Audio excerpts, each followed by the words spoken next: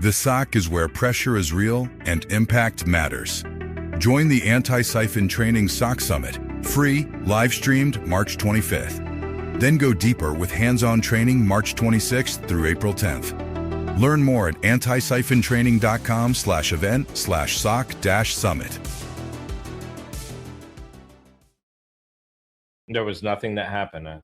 Nothing happened whatsoever. There's nothing happening today in the world of computer security at all. Definitely not. Geopolitics either. It's nothing. No, it was just over let's the not weekend. talk about that, gosh. I will say right? that is not in the current. Is there anything cyber related we want to talk about that? Because I didn't. There's nothing in the articles about it. I haven't seen hardly anything. I know homegrown bomb stuff right there. Yeah, there's no cyber stuff. I read a really good article about how they have a 2-tier internet system in Iran. Did anybody else read that? No. I don't know where it was, but it was super interesting. Yeah, I haven't heard that, but it tracks with what I know about their efforts for censorship and state control. I mean, I assume that North Korea has the same. I would assume most, regimes like this have 2 tiers of internet. I'm surprised you think North Korea has an internal internet. Like, I would think Iran is far more robust, right? Like, people there have cell phones where... No, there's North Korean cell phones. Is there really? Yeah, they're super locked down. They're Android devices. Do you think it's like when you first saw an iPhone in like the early 2000s, seeing a cell phone there? I think it's more like, dang it, it's not food. That would be my assumption. Is just like technology. I don't give a crap. I just want like a piece of meat. I was reading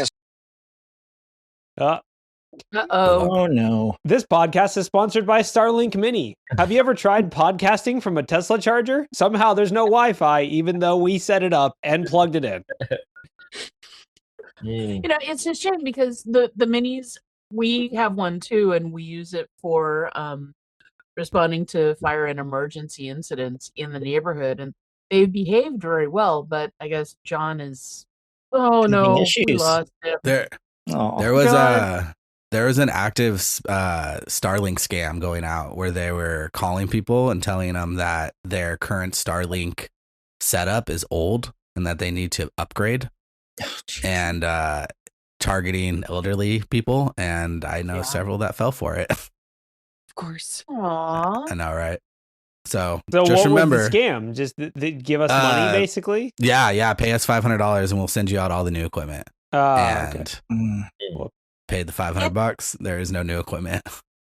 It's funny when I tell people, I'm sorry, I do not respond to unsolicited phone calls of any kind.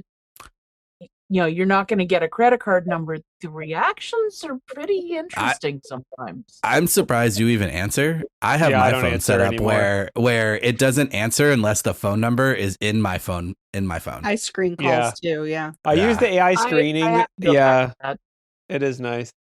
And I don't answer. Even if it's a client, they'll just leave a super helpful message that says, "Hey, I'm a client. Call me back," and then I'll call them back. Our domain is completely down. What did you do to the domain controller? Did you Kerberoast the left wing of the building again? Did you restart the website? Sales told us not to restart the website. No.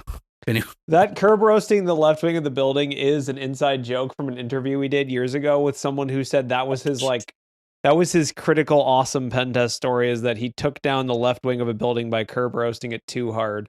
Needless to say, that person did not get the job, but it was a fun story. I was like, is Kerberoasting known for taking things down? Because that's news to me. It's loud, right? It's loud, but it's I think he was thinking password guessing, not Kerberoast. Yeah. Rubius or something. Or a wild John Strand has appeared. Yeah, shit on Tesla while I'm using a Tesla supercharger. Apparently, that didn't go over well.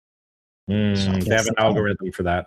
Yes, they have an AI algorithm for that. Speaking of which, are we going to talk about the what is it?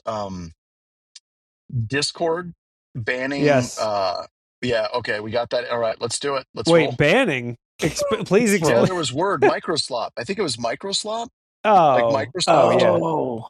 They actually made it a banned word on. I want to say it was Discord. Yeah, I think that's only in their Discord, though, right?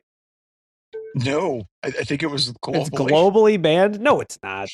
What's Has anybody tested this? I just put it right in the chat. We're good. We're good. It is. He's right. Microsoft has banned the term microslop from its official Copilot Discord server. Yes, from its Discord, not from it's not global ban. Ban it across, but even on their own, it's like, come on.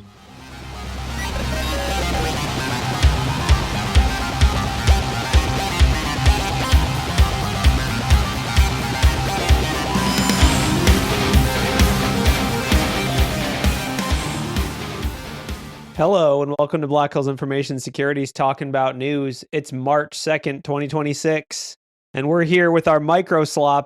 We have a completely AI-generated podcast today with hosts me. I'm a supply chain risk. Do not use me if you're a government contractor.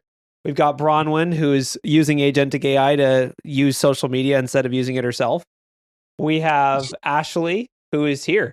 Good job, Ashley. Thanks. And whose kid apparently has good taste in cars because they told someone their Cybertruck was ugly. We have Ashling, Sir Cereal, or Cereal? Cereal. Everybody does this. Cereal. Yeah, it's a hard C. So wait, what's your favorite cereal? It's hard to pronounce. Okay, can you just tell me what your favorite cereal is so we can move on? Honey Nut Cheerios. Okay, great. Excellent choice. Excellent choice. Excellent choice. Okay. We've got John Strand. If you can read this, you're not on Starlink. We've got Wade wading through Moltbook. That's this new. He changed his screen name. Nice. Ralph got done hunting gators and now he's wrangling AI instead, which is a little concerning to me. But whatever. Yeah, they're harder to catch, honestly. I did watch a video last night where a guy was hunting gators, and I was like, "This is easier than it looks." Anyway. Actually, I already told you the secret. You just play baby gator noises, and you're good to go, dude.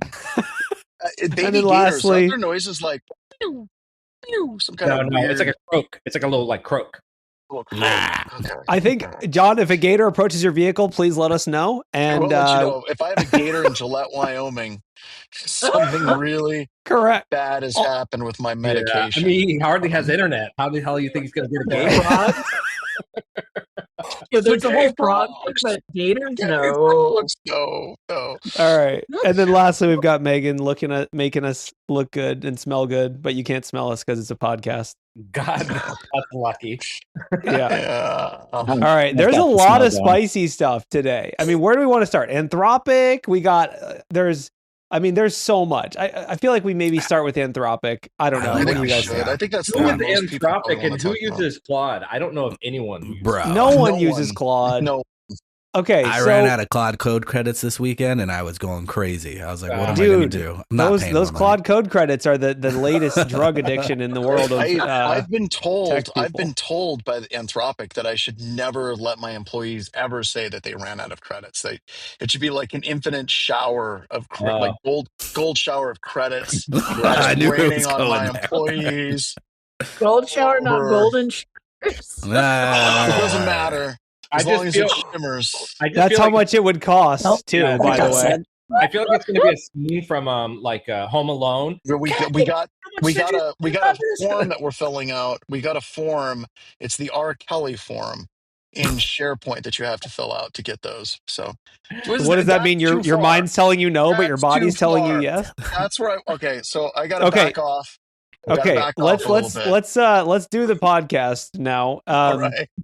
So basically, the backstory on this, for those that don't know, is last week we talked about it on the news. Anthropic, the company that makes Claude, which is one of the frontier models, was feuding with the Pentagon, was feuding with the U.S. government. Basically, their two hard no's were, number one, we can't just give you carte blanche to make killbots and autonomous robots with guns. That was one of their hard no's. Their other hard no was... By the way, I want to just point out, that's a good start. That's a good start for any software development project. Also, by the way, on the topic of killbots, one of the most crazy things that I learned as part of this process is there's no law against killbots. It's just internal policy, which is it's like John us again. It's like us as a company, as a pen test company, saying Well, we don't really have any laws that prevent us from stealing all your data. It's internal policy that we don't steal all your data usually. But that's a crazy thing for me. That seems like an oversight. Like no killbots should be a law. Like we should I have a law. fully agree. I can't believe there's convention no law. thing, right? Like if shotguns got like almost outlawed at one point, why aren't killer robots? Oh, dude, Geneva Convention. We ignore that on our own civilians. It says not to tear gas, and we do that anyway. So okay. All right. The other thing that Anthropic was no killbots. What was number 2? Number 2 was mass surveillance of U.S. citizens, which is obviously a great use case for AI. Hey, find me all the people doing stuff I don't agree with, right? Like easy query. But those 2 things the Pentagon wanted to do, and Anthropic said no. And then there was talks. The CEO of Anthropic was summoned to Washington to have a hard sit-down meeting with Mr. Hegseth himself. And then predictably, those talks didn't pan out in a good and productive way. I'm sure some insults were hurled back and forth. And basically, that the government labeled Anthropic a supply chain risk, which, from what I understand, means that if you're a government contractor, you have to not use it within the next 6 months. You have to replace it internally. Well, they also want to push it to the point where if you're like a supplier, like you cannot use it in the government, but if you're a company that's using it, you cannot have contracts. So it's like downstep. It's basically as far as they can go, right? This is the most punitive measure they can apply. So it's not clear exactly what's going to happen. The government, it sounds like the government itself will have like a 6-month transition period. And in addition to that, while all that happened, OpenAI signed a contract with the government. They were like, we love killbots. We are working on killbots, and we love mass surveillance. These things are awesome. And by the way, anyone that gives us a hard time by how much energy we're using, have you thought about how much energy a human uses? It's a lot of food. Until the day where that's so much food. The calories. So many calories. I did the math. Oh, you did the math on this. Yes. All right. You can feed 3,000 children to adulthood for the cost of one GPT-4 training. You can also spend enough to raise 250 children to adulthood at U.S. averages for what it cost, actual dollars, to make GPT-4. I find their terms acceptable. We should start feeding all children immediately. Can I just we should. Can I ruin a whole movie for you? You know, in the movie The Matrix, where they were feeding the humans to get minstrel amounts of energy. That makes no sense. We're not thermodynamically efficient. What are you doing? Way more energy to feed them than they would have gotten. It ruins the whole movie. Sorry. Yes. I agree. That's a plot hole. So ruin movies. Just saying. Yeah. So basically, what if we outsource it? I think the thing. We tried that. It didn't work. So I think the thing that gets me with this, I wasn't expecting it to be OpenAI. I was expecting another company to jump in, but I was expecting it to be like Grok. Yeah. That's what exactly. Yeah. But then I was like, well, I guess they don't get any pork at Grok because they got, the whole fallout with the Doge stuff. I don't know, but like I was more scared of the Grok thing though, because those robots would be really dumb. Like it would be. So Grok robots are just become Costco greeters, or like they're just like, your receipt looks good. I'm going to kill you now. Sorry. I don't know. Given other things going on with Grok, it might be like preferentially going after some really ugly target choices. I know, right? It'd be like, oh, fuck, like no. Why is this? This is even worse than worse. Gesselneck bot. I don't know. This seems like this could be bad. Yeah, I mean, Grok basically is already there. Yeah, I mean, there's not a whole lot of cyber on this topic. From our perspective, just to be a little transparent, we use Claude pretty heavily at BHIS, and a lot of our partners use it as well. And we're not planning on stopping, at least not right now, unless someone says you actually have to stop. But it's kind of just fun to wake up on a, Monday morning and be like, oh, yeah, it's this tool you use. You can't use it anymore. Like, I can't believe that's a thing. But I can't believe that the government can be that punitive. Like, just like yeah. hurt my feelings. Really? Listen, I know. I'm just saying, like, maybe like earlier time, like in earlier years, like I felt like it was better, right? Like it was. Well, okay, let's Ralph. not set an actual date on that, but yeah. Yeah. Let's not. I agree. I mean, I think like all of the U.S. government tampering in private companies, like it's this is a hot topic that goes back hundreds of years, right?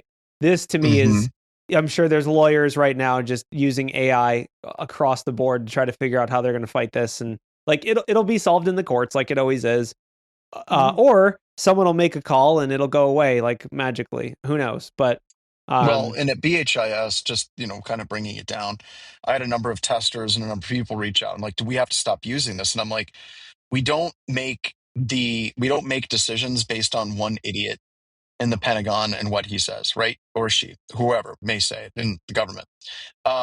If we start getting actual policy documents that come down, then we will have another conversation. But even then, like that's literally destroying that company. Like there's no way that Anthropic will continue to exist at the level that they're existing if they get cut off at the knees that way. So I don't know. It's going to be a Mexican standoff for a while. Let's see where it goes. But I'm a firm believer in no kill bots and no mass surveillance. And honestly, we have Palantir that's doing that. Yeah, but they don't have frontier models. But I think it's within Anthropic's rights to say, we're willing to work with you under these conditions. And they did. And now you can't Darth Vader it and be like, we're changing the terms to pray we don't change them any further. That's not how this is supposed to work. And I am fairly certain that attorneys will get involved even at the Pentagon and be like, Pete, you can't do that.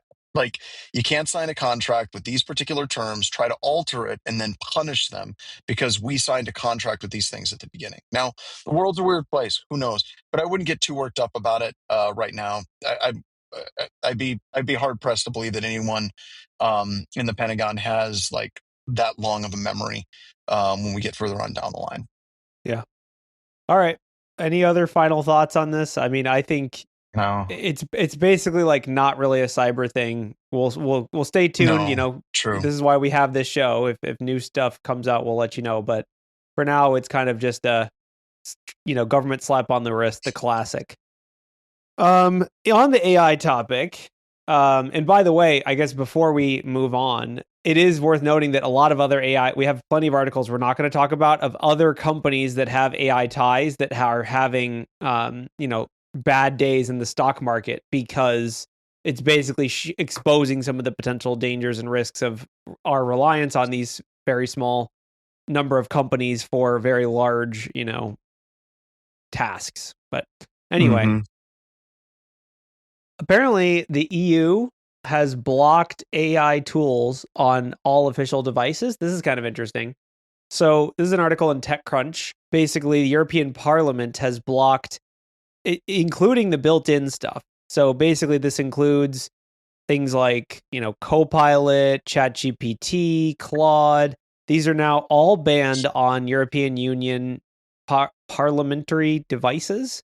Now, I don't know how many devices that actually is, if I'm assuming if you're a diplomat at this level, you have like 17 phones and they're labeled with like a label maker and that's how you keep track of them. But go ahead. It's probably not just, if it's all official devices, you're talking multiple levels because you've got your actual representatives in parliament, you've got their staff, you've got whatever is tied to their offices. So it's percentage of the population in the EU, it's small. Yeah, and it's kind of the writings on the wall with this. I would expect similar bans from almost any government entity. Like, it doesn't, all these built-in tools, most companies have banned them too, right? Like, you can't just allow arbitrary AI usage across your entire, government or company or whatever. So I think it's easier for them to do this integrated one though, right? So they're looking for the defaulted stuff that's turned on. It's once you start doing it from like a DLP perspective, like what about the third party? What about them installing stuff or using some random online one?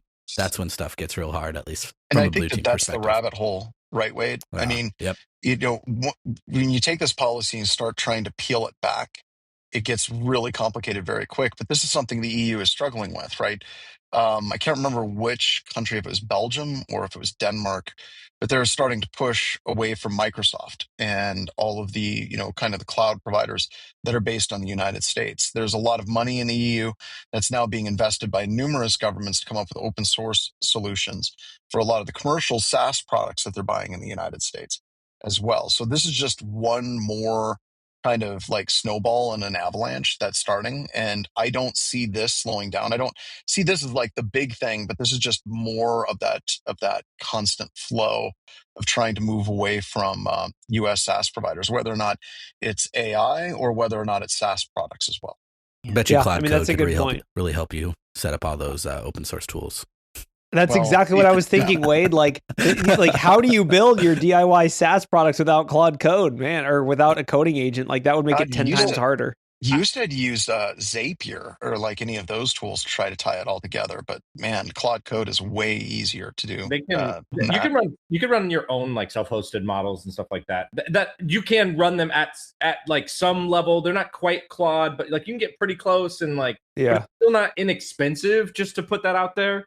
But yeah, I could definitely see the reliance on something like these more frontier models, especially as they improve, to be like, how can I keep up?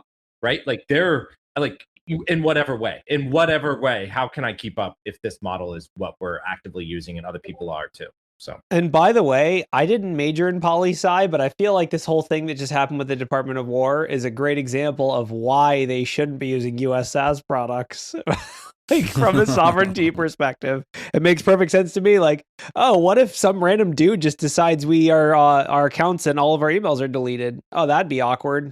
Let's hope we see more of the open source rise in the EU. That's pretty cool. Yeah, as far as AI, I mean, there's a lot more that I guess we can kind of combine two articles. One article is that the Mexican government posted a really interesting, or basically it starts on a Reddit thread and it kind of goes. There's a Bloomberg article as well, but basically someone or a threat actor used Claude to breach the Mexican government and exfiltrate a bunch of sensitive information. They claim 150 gigabytes of data. We don't necessarily know how, we don't know anything about the security of the Mexican government, but what I can tell you is this is going to be the theme of 2026, is threat actors using AI to attack entities, whether it's companies, countries, everything is going to be attacked using agentic AI. And, the write-up is pretty simple. Like, basically, from my perspective, like as a tester, they're basically just chaining a bunch of stuff, things that we would normally consider too high complexity or too much work to do. AI can do it. And so if a company or a country, they have huge attack surfaces and AIs are really good at chaining vulnerabilities together. That's basically what happened here is minor vulnerabilities get turned into major vulnerabilities because all the fancy, they were able, like as an example, they were able to use AI to help bypass the WAF. So like a simple thing like bypassing the WAF, not necessarily like a crazy thing that like only, APTs can bypass WAFs, but it definitely speeds them up that they can use AI to do this kind of stuff. Correlating this with what did you read the CrowdStrike global threat report? Is that what you're going to go with? Yeah. Okay. So like, exactly. So like this combines with the CrowdStrike global threat report, which there's a few insights I have from this, but AI is heavily featured in this. I don't know the exact numbers, but essentially a huge portion of compromises use Gen AI. So like not only just for like writing phishes or, so the stat is AI enabled adversaries increased operations by 89%. So like basically at this point, if you're a threat actor and you're not using AI, you're doing it wrong. And that applies to pen testing firms too, right? Like, or anyone, it applies to like basically everyone. If you're not using AI at this point, you're probably doing it wrong. But threat actors are doing it. And that to me is the biggest reason why now we as pen testers and security people, that means we have to do it too. If the threat actors, if the bad guys are doing it, our whole thing is to do what the bad guys are doing so that our clients are safe. So now we have to use AI. There's some other interesting insights, I guess, in that report. One was that I think it was 80% or something of compromises used authorized channels. So like using, valid credentials to log in, using like a vishing call to deploy like legitimate tools and exfiltrate data using legitimate tools. Like that's the theme, is like living off the land. You know, like we know the blank spider threat actors, they do just like quick assist, and then they just upload all your data using WinSCP. It's like the simplest possible kill chain, but it works. So that was, yeah, I mean, that's definitely seems to be the theme. I guess, does anyone else have any insights or other like things they learned from that report?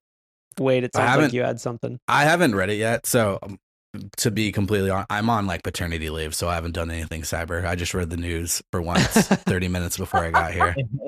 But I was in awe that they said in 29 minutes from initial lateral move to lateral movement, right? Dude, like, we were talking about this. Ridiculous. Yes, we were talking about this on our team. So yeah, basically the stat for people that don't know what we're talking about, in CrowdStrike's report, they say that the average time to move laterally was less than 30 minutes. So like 29 minutes average e-crime breakout time. The thing that I don't like, I want to clarify this. I think when Wade and I are thinking about lateral move, we're thinking about it in a traditional sense of establishing a C2 position on a different host. So like a completely different computer. I think what they mean by this is going to the next phase or gaining access to additional systems, like including cloud information, like exfiltrating data S3. I think that's basically what I'm imagining. This is like they get onto a system and then they immediately start doing bad stuff.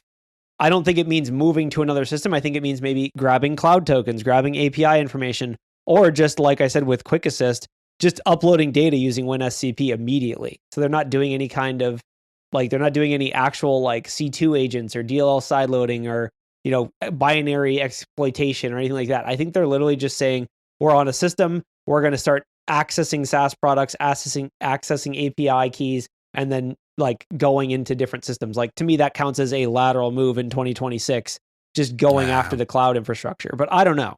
I think they're definitely incentivized to move as fast as possible, especially if we have on device detection, and we're just like the time, like their motivation is the longer I'm here, the likelier it's going to get shut down eventually. So let's just make this time go as fast as possible, right? As opposed to like intentionally being like, no, I'm going to wait it out. I don't want to get detected, and then we're going to do this, and then we're going to do that. So I think it's kind of a shift, especially if they're just going after whatever it is, right? Whether that be information, data, ransomware, whatever they're trying to do. Well, and this is one of the things I think is interesting. There's a lot of conversations about how, computer security is going to be solved with AI. And I think it's interesting because the defensive side, there's a whole bunch of vendors that like, we're going to solve the SOC problems with AI.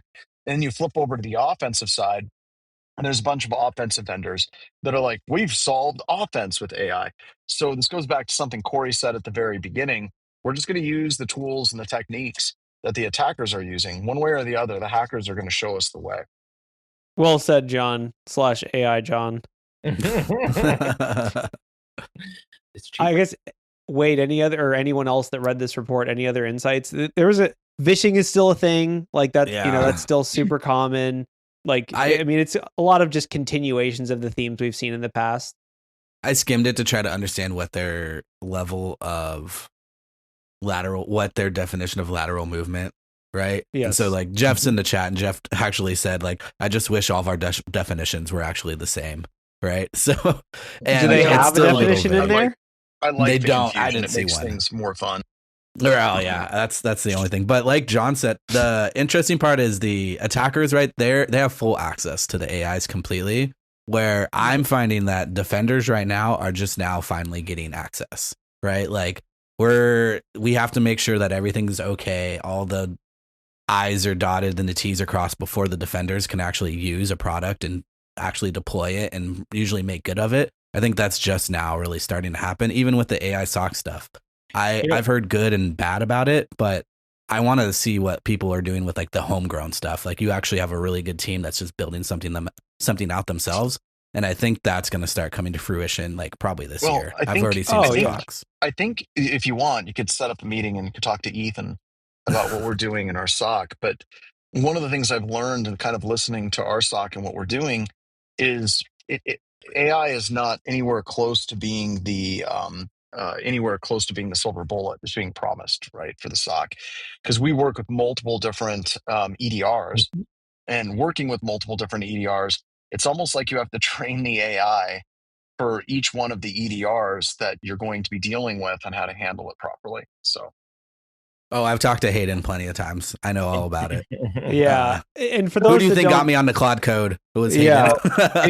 The other thing that I've been thinking about recently too, about this AI discussion about like the attackers and the defenders now having AI. What if you took away the ability for, or like, what if, for example, they don't have access to that frontier model, right? What if they start cutting that off or making it harder to get? Now they're like severely weakened, right? To actually be able to do things because of people's reliance on it. Like, just like everything, you built your whole stack off the fact that it exists, right? Ooh, yes. What if that gets into one of my points is a lot of companies are looking at AI as a rip and replace or downsize, right? We can do what we're doing. We can do it cheaper. We can get rid of people. Instead of looking at AI as it should be, I'm going to augment my existing team and make my team more awesome moving forward. And that's going to be one of the big struggles that we have in security, I think, in the next 12 months. Well, and then the other thing too is like it's those products that they're making that rely on Claude Code. What if Claude Code finally goes, guess what? We spent $500 billion and we're going to have to raise those token credits. It's going up. It's going to get more expensive. But your company needs that to make money now, right? Vendor lock? No, we've never seen that before. No one's vendor locked. IBM made money. IBM made more than Microsoft until like 2008 because of vendor lock anyway. What about Uber? I mean, Uber's full business model: go in, be cheap, wipe out all the existing taxis, and then start raising prices. Yeah. Yeah. No, that's the standard tech play now. You become the market, you become the oligopoly or whatever you want to call it, and then you just sit down together and say, so, boys, how much does a token cost? What if it costs twice as much, eh? I can tell you that RAM price, it's going to come to rooster, right, when they ask for more. Those billions of dollars that those investors are doing, they're not doing it for fun. They want their money back. Yeah. It's going to have to get paid, right? You're not going to get it all back. That's the sad part. Yeah. Well, no. No, it's fine. We'll just mine Bitcoin. Don't worry about it. It's fine. It's hand wavy. My bigger like technical security point was just like if attackers all rely so heavily on it, and then somehow it starts getting more like harder for them to get a hold of. Obviously, they're going to shift tactics. They're going to build their own, and I get that. But I mean, that could cause like this image of like the DDoS attacks, right? Like if you can cut them the ability for them to perform that, then that could be a rippling effect, right? So I think it could get interesting, right? It'll just be the same thing as like every other globalized industry. It'll be like we start as the industry leader, then DeepSeek is like, we have tokens for half the price, and there'll be like somehow tokens like AI models built out of Bangladesh or something that somehow costs like 25% of Chinese. Yeah, right? and then we'll have like budget, and then then we'll become overly reliant on them, then they'll cut off access. It'll be a whole thing. And then we'll have tariffs or like a 10% token. Token tariff. People got real concerned that I'm webcasting and driving at the same time. That would be irresponsible. I am in the passenger seat. He's in an Uber. It's a self-driving car. He's in the U.S. That is not the driver's seat. These self-driving cyber trucks, I'm sure, are completely safe. No. It says full self-driving on it. He promised me. All right. I'm not in the Cybertruck either if you're joining us late. So let's make a left turn in our trucks, in our cyber dumpsters, and talk about a leak that confirmed that Graphene and Motorola are partnering up, which is super exciting. We had kind of a bummer of an Android article last week, which was basically that Google is ratcheting up the pressure, becoming more Apple-like, and basically going to they're going to get rid of anonymous app store developers, which is like kind of, it is what it is. But this is kind of the antidote to that. So apparently GrapheneOS, which is the leading privacy-based Android distribution, I would say. I don't know if that's like a fair intro, but I think that's a fair intro. It only runs on Pixel hardware, but I think that is fair. Right now, it only runs on Pixel hardware, but obviously there is now a plan to expand this, it seems. The post was deleted, so like this is a leak, right? Like maybe this won't be confirmed, but basically, it says here in a Motorola presentation, they put a slide that had a mention of GrapheneOS, and it would be a really cool partnership to have this as an OEM option. I kind of see this as when OEMs start to take on, like, Lenovo was like, you can install Linux, and everyone was like, oh my God, this is amazing. I think the same thing is true. Like when you see OEMs picking up phones, this is even more important because phones are much more specific hardware wise and difficult to get running. So having an open standard like between an OEM and a graphene developer would be really cool, I think. Hopefully they don't force graphene to compromise. But I just hope that Google doesn't come in and curb stomp this. Like I could totally see them being like, nope, you're not doing that. But if you're in this like cell phone market, right? Like you've got to find ways that you can break out. And maybe this is a way that you can help break out. Like you can start supporting other operating systems. I know a lot of technical minded people would move to a phone if they would have more control over the underlying operating system for sure. Yeah. And I think that's what graphene really gives you more than anything else. What was the last? CrowdStrike says, I like this optimist take. Let me ruin it. But it'd be really hard to sell phones to technical minded people when they've all been replaced by AI. But all right, thanks a lot, Chad. Get out of here. All right, let me know when the Lemmings starts, when we're going to go jump off a cliff. What was the last flagship Motorola phone though? Dude, right? So they have the Razr. No, the Razr. The Razr flip phones, like the foldable screen. There's a lot of people that have those phones. Okay. Oh yeah, no, popular. I would say like that. Yes, I think you're right. Basically, what Wade's getting at here is that Motorola has not been the industry leader in the flagship market for a long time, and this will not change that. Yeah. But honestly, I would say like a lot of the people who are using like what I would call low cost Android phones, not flagships, like normal regular phones that you've never heard of. That's called normie phones. Yeah, normie phones. Those phones, I think, are a way better use case for GrapheneOS. Like these people are running in weird markets, like third party cell carriers, like weird scenarios, and having more control over the OS would potentially be really beneficial for those people. I will tell you, if Motorola does this, they will be. Motorola sucks now, but seriously, if they do this, I'm getting one. That's going to become my primary phone. They'll also be the primary carrier of most criminals then too. So that's that's. We already had that, dude. That's so. What you're saying is the FBI. Okay, so you're leaking it now on the show for the first time ever. The FBI is buying Motorola and GrapheneOS, and they're doing it again. They're doing it again. There's no way. It was an awesome book. It was an awesome book. They're rebooting. You see, Pete. It's not that Pete ever listens or watches the show. That's how you do it. Honestly, Motorola with graphene on it out of the box would get me to actually pay for my own, buy an Android phone. But you could just buy, you could buy a Pixel today, buy a Pixel 8, buy a Pixel 9, and just set it up there. I've got some right now. I can, but I don't trust it. Well, that's the whole point. I don't trust it. No. That's not long term. The long-term situation with the Pixels and with what Google started doing last year, with locking away the code for the hardware behind a case and situation where they've got this is our model phone that isn't actually the same as Pixels anymore because we want to make Pixels more specifically ours, dropped. And I'm pretty sure that was what kicked Graphene to say, so we need to find another manufacturer to make sure that everything plays nice and we get all of the code for going all the way down to bare metal on the hardware, and make sure that all the stuff we're putting into Graphene isn't being subverted by something at deep kernel level or over in what amount to vulnerable DLLs. Not that that's actually on Android, but all right, click the link that Ashley just sent. Ashley hasn't talked all news. I know, I just don't know if this link that confirms it. By Motorola. I didn't realize Motorola was a Lenovo company. And it wasn't until recently that I realized that Lenovo is China.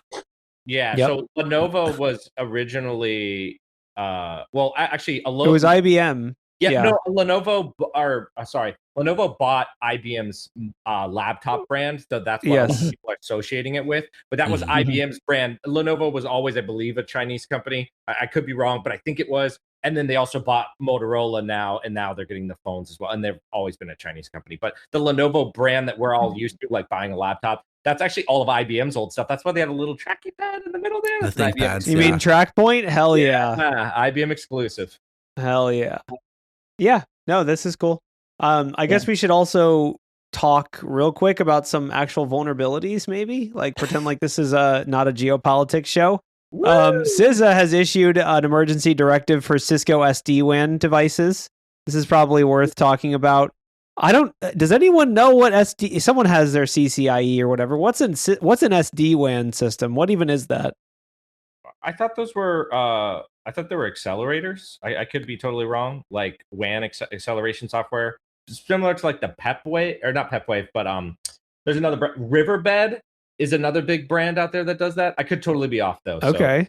So, but there's like a whole market for this kind of stuff. Cisco is a very big company, and they have bought a lot of products and services to fill niches, specifically in the government and other kinds of industries that would like be like really niche, right? So okay. So SD-WAN is Cisco software-defined wide area network. Okay, that doesn't help me because I don't know what any of those words mean. And so it's like the software-defined was when I was doing the CCNP and other stuff like that, the whole idea of software-defined networking was to get out of the router, right? The physical hardware device, and move to just software devices that would implement that across the board, right? So you're running a lot of like x86 style chips that you implement, and you add routing software into them. So. Okay, you guys are no help. I appreciate your attempts though. So someone in Discord said it aggregates WAN links and does other fancy site to site stuff. So this is like a replacement for MPLS, basically, I guess. I don't know. No, I don't know. No, I don't think. The SD-WAN stuff is. I think it's a software-defined networking, and that's like a concept more than it is like a product. It's in some sense, it's meant to replace dedicated company VPNs, site-to-site VPNs. That's not all it does. That's not exactly what it's for, but that is the old thing that it plugs in and replaces. So, what is the vulnerability? So the vulnerability is a 0-day. Which apparently has been actively under exploitation since 2023. Yikes. But it also ramped up more exploitation in 2025. It was actually disclosed by, Cisco Talos and CISA jointly, I think. And basically, the vulnerability itself is, there's a CVE for it. I'm trying to pull it up. CV 2026 is 20. It's auth bypass, so it's like the same vulnerability we've seen in almost every Cisco product. Unauthenticated remote attacker can bypass authentication, obtain administrative privileges. There's a peering authentication mechanism in an affected system that doesn't work properly. Specially crafted requests, the classic, like all the words you're used to. And it affects all the... sorry, go ahead. I was going to say, it sounds like a lot of the same types of vulnerabilities where you trigger, like you said, either provisioning or starting up the first time, like a wizard for authentication, like just accessing those libraries directly within it. Yeah, it affects all the different ways you could deploy this. Apparently, there's on-prem, Cisco hosted, and there's also cloud. Like it even affects FedRAMP stuff. So yeah, basically, it's scary. It's nation state. It's the same attacking telecoms that we saw in the CrowdStrike threat report. It's the same stuff. Like companies going after communications infrastructure, or I guess APTs going after communications infrastructure to steal sensitive information. What else we got? Speaking of phones and infrastructure, Shiny Hunters got someone today. Yeah. Oh, where was that article? Gosh darn it. I'm just going to Google Shiny Hunters and hope nothing goes bad. They monitor that. They hit some Norwegian telecom, like Nido or something like that. And Odido? Odido, there you go. The Dutch one? Dutch. Yeah. So they pretty much pwned them, exfilled data, and then attempted to, of course, ask for money beforehand. And there you go. Thank you, Ashley. And they said a big no. So Shiny Hunters said, well, we're going to release the data. No, pretty much our that normal is how thing, ransomware works. I think it's a little bit more hardcore because it's a telco, right? So yeah, it's but it looks like they have home addresses, email accounts, bank account details, and IBANs. So passport and driver's license numbers, which I'm sure.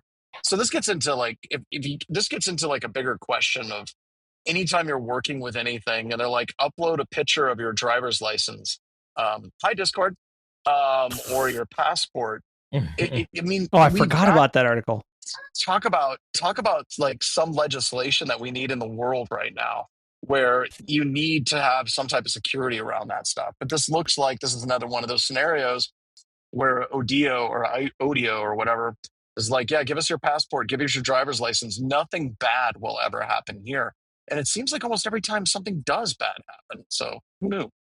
To configure your home router, please provide your passport and your driver's license. Oh my God. You joke. Like, why would they even have this information? Why do they even have this information? I don't know.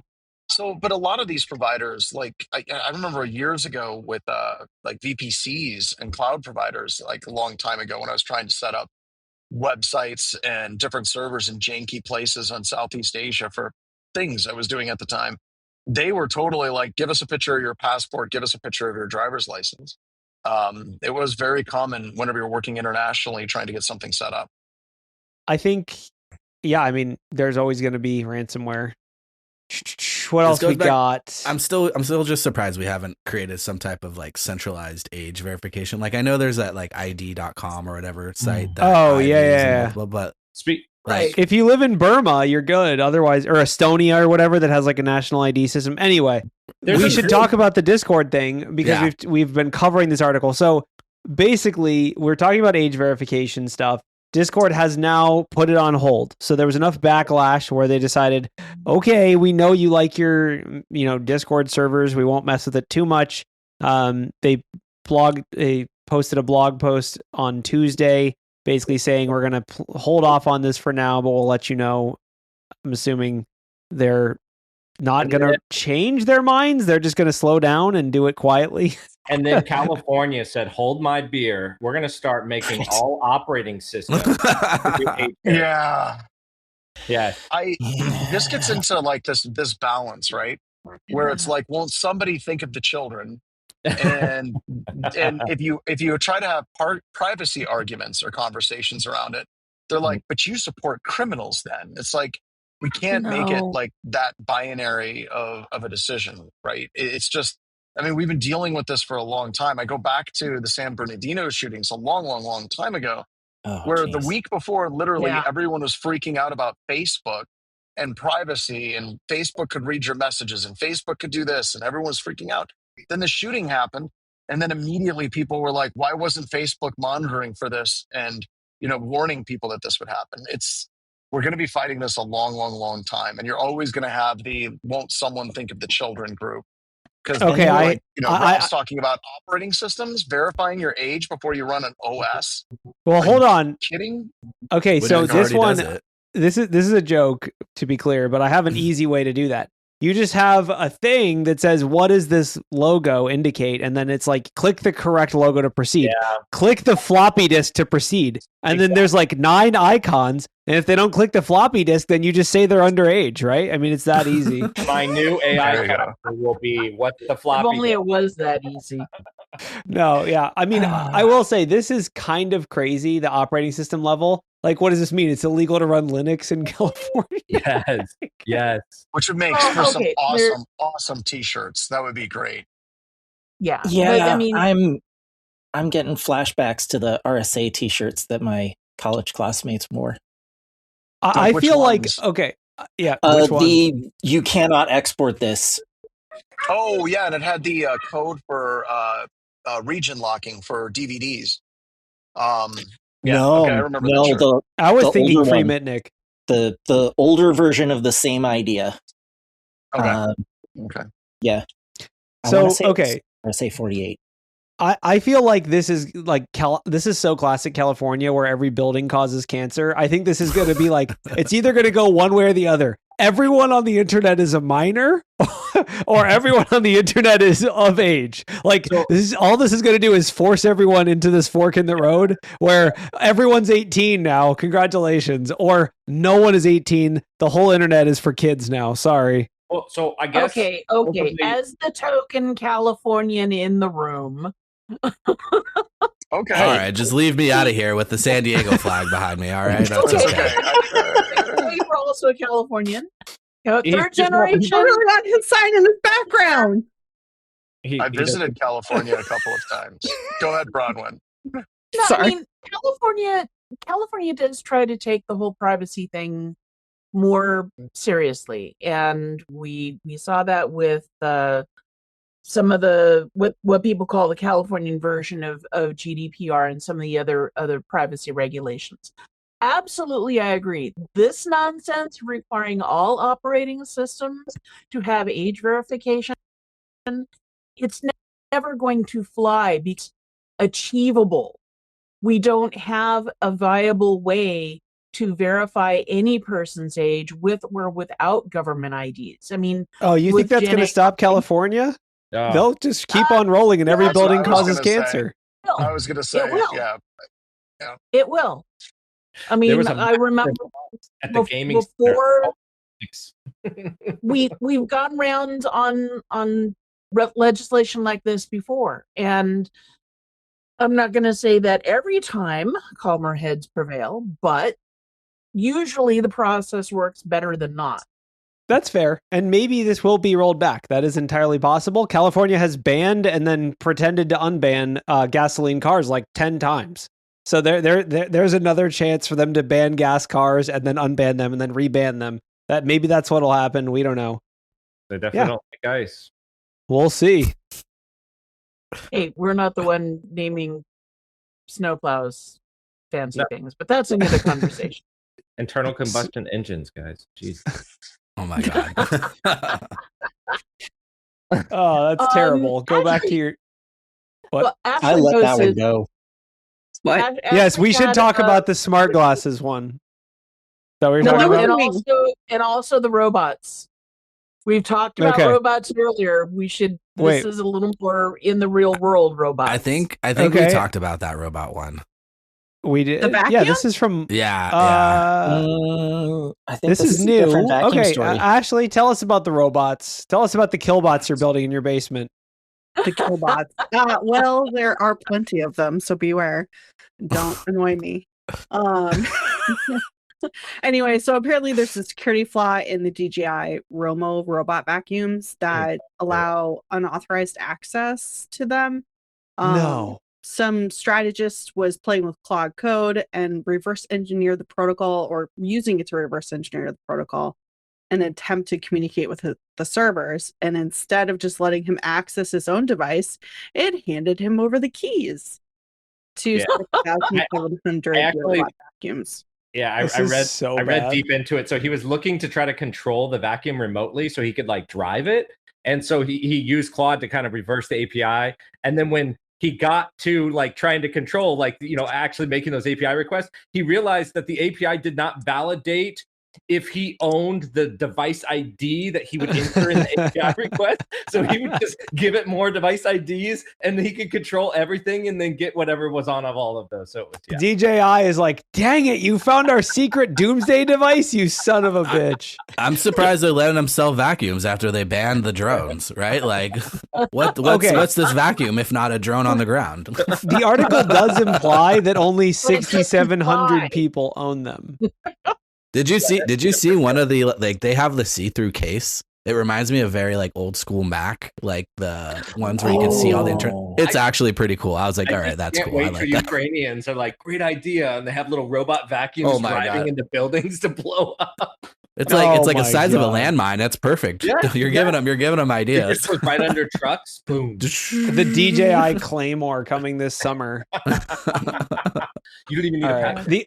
The last article I want to talk about, and then we'll do CTF winners, is someone made an app that tells you if someone nearby is wearing Meta Ray-Ban smart glasses. I love this so much because it's so simple and so basic, but also really neat. So the concept is super simple. For those that aren't Bluetooth or Wi-Fi experts, basically similar to MAC addresses and Wi-Fi. The Meta Ray-Bans have a Bluetooth device identifier they use when they're talking to the, whatever devices are around.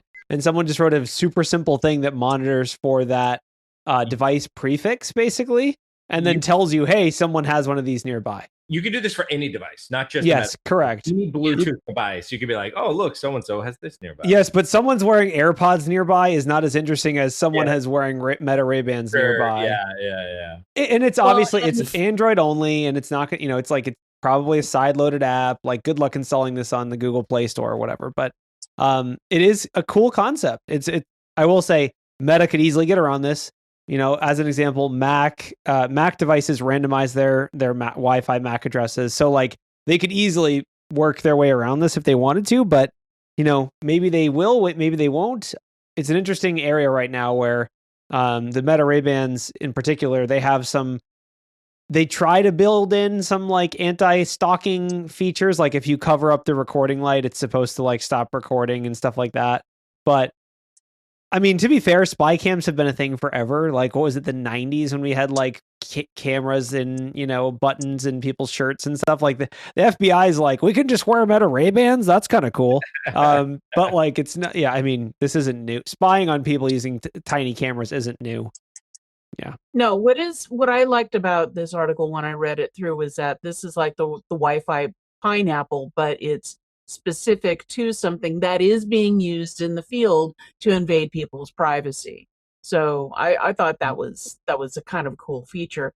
And frankly, as far as Meta obfuscating the MAC addresses, I don't think they're going to do that, because then they'd have a harder time data mining who's doing what.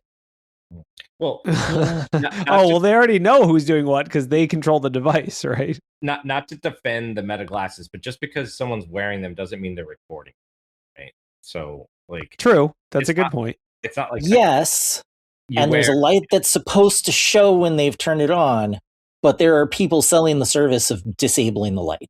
Oh, sure, I'm sure. You just get a Sharpie. Yeah. Yeah, I'm just saying. Wow, Wade, you should start a company, man. That's an advanced idea you got there. $50 a pair of glasses. I can see him doing this right now. Oh my God, there's a meta glass right there. Get him! And he's just like, what's going on here? Like, I just wearing glasses around. They accidentally hit the guy with the chunky glasses. Right? It's not even the Meta glasses. It was like that with the Google glasses. Yes, there were people glass that were holes? getting into big glass holes. There were people that were getting into big trouble wearing those out in public, and I'm wondering how long it is until that stigma is gone. I think it's already gone. I see people wearing them, and I just think yucky. But I'm not like about to go up to someone and be like, "You turn that camera off," because I'm sitting here like this. Oh, hi, buddy. How's it going? Like, everyone's got their phones out all the time. Yeah. Somebody just dropped a great snow crash reference. So, that was me. Okay, that makes sense. I just can't wait till Damon is a thing. If anyone remembers that book, right? Damon, we're already there. Like we're almost. I want to do the with the glasses and track people. Like we're almost. There. Yeah. All right. Before we close out with a chicken article, the weekly CTF winners. We have 4 total winners, all of whom have won a course of their choosing on anti-siphon training that doesn't suck. We have Shadowlark, maybe, SHDW Lark. We have Curious 17, Wombat 14, and Intercept or InterCPT. Well, I don't know. Well, congratulations. Well done. We might be taking a little break on these CTFs, just to give you all a heads up. We got to get some stuff kind of organized, so we might be taking a breather and bringing them back in a couple months. In the future, we'll let you know when CTFs are back. All right. The chicken article is just a fish. It's a fish. The chicken news is a fish. Okay, I'm sorry, everyone. The chicken news is actually just the link that says that basically this is a real thing. Microsoft, in their official Discord, in the Copilot Discord, has banned the term microslop. That's the chicken article. I don't know why it's in the chicken section. Clearly AI got confused about what chicken is. Because Microsoft is chicken. There we go. Oh, because they're too chicken to... They're too chicken. They're too... I see. I don't know. They can't handle the heat. That's the closest I can get. That's close enough. Couldn't handle the heat. Yeah, there you go. Well, Anyone else have any final articles? Any final go backs? Yeah, so no. there was one article with actual an exploit, which was the new Wi-Fi exploit. Did you guys? Yes, tell us about this. I saw it in the list, and I didn't really. I started reading that, and I'm like, this is really a lot of things that have to align. I think then I got the point in the academic write up where they're like, this is really academic. Like, this is such a weird edge case for this Wi-Fi attack to work. So I thought it was interesting, but it's a cool read from a technical perspective. But no, Wi-Fi is not broken all the way down. It's not broken. It's a layer 1, layer 2 problem too. They're not even into any of the encryption stuff. So no. And it's definitely one of those things where like there are some ways in the middle where you could do things like anything that's unencrypted. So maybe like DNS or other things like that, changing the addresses there. And there is mitigations that hardware vendors can put in place and other things. So I don't know. That, again, got a little technical, as John mentioned, and it's not like, POC just dropped. Also, by the way, the transport layer has been assumed compromised for the last 15 years. No one thinks that, everyone thinks that the network they're on is being surveilled, and that's why we have TLS, right? Like, well, that was like the thing. They were like, make sure you use a VPN on a public Wi-Fi, and I was like, oh, interesting. This is sponsored by NordVPN. They were also like, if you set up your own networks and want to put in a guest, just start doing VLANs. Like, really. Well, so I agree with that, but my problem with that is that something that you can roll out to coffee shops? Is that something that you can roll out to general home users? And I think the answer is no. But still, like I said, I loved it from a technical perspective, but I was like 3/4 of the way through the write-up. They literally just say all of this is like an absolute perfect storm of circumstances for this attack to work. But still, it was an interesting read. Yeah, I think this kind of academic research is really important. I mean, it's kind of like all the Poodle and SSL version 2 and like fundamental Oracle encryption padding attacks. Yeah. Yes. Like it's like it matters, and I'm glad someone's working on it, but also like for those of us like me who are just like computer go burr, like hopefully someone will fix this in Wi-Fi 4. The other one too recently was the password one too, right? The password managers. And the whole attack was, if they compromised the entire company, 1Password, what could you do? A lot. Hey, Wade has that. We don't talk about that. All right. Close roll the finger. Let's dwell on that for a few minutes and simmer on that. There was Wade's like, I'm on paternity leave, you assholes. I think that those types of conversations are important because this goes back to the article we were talking about. Whenever you have a website, totally not 1Password, by the way. But when you have websites and you have services that are like, we want driver's licenses and passports for all of our customers, these questions, I think, are valid questions at some point. That's why really good firms like 1Password, they actually do have a security section where you can see like who's done the pen test, letter of attestation. So you can see that they are actually getting tested on a semi-regular basis. See, Wade, I'm helping out. Thank you. Yes, that is there. And sometimes I don't know how to feel about that, but it is good for the consumer. It does make my job. Everybody, Wade. It does make my job harder, but yes, you are correct. I agree. Ralph and I had a lengthy discussion about a password manager vulnerability that came out, and luckily I was not on call. So that's the great part. Yeah. I mean, it's kind of at the end of the day, using a password manager is better than not using one. Correct. Agreed. Yep. Can it get popped? Well, yeah, everything can get popped sooner or later. Yes. Yeah. That's why I only use transport over carrier pigeons, which so far there's none of these attacks work. Actually, for that that's not protocol. true. That's not true. That's absolutely wrong. You live with cats. Before we shut down, you need to understand that the avian transport protocol has many of the exact same vulnerabilities that exist in a number of other protocols. For example, whenever you're going IP over carrier pigeon during hunting season, you may drop a few packets. Just say. The other thing to keep in mind is what do you call a pigeon in a blender? Packet fragmentation, reassemblies of ditch. And with that, take us out, Megan. All right. Appreciate it. Bye.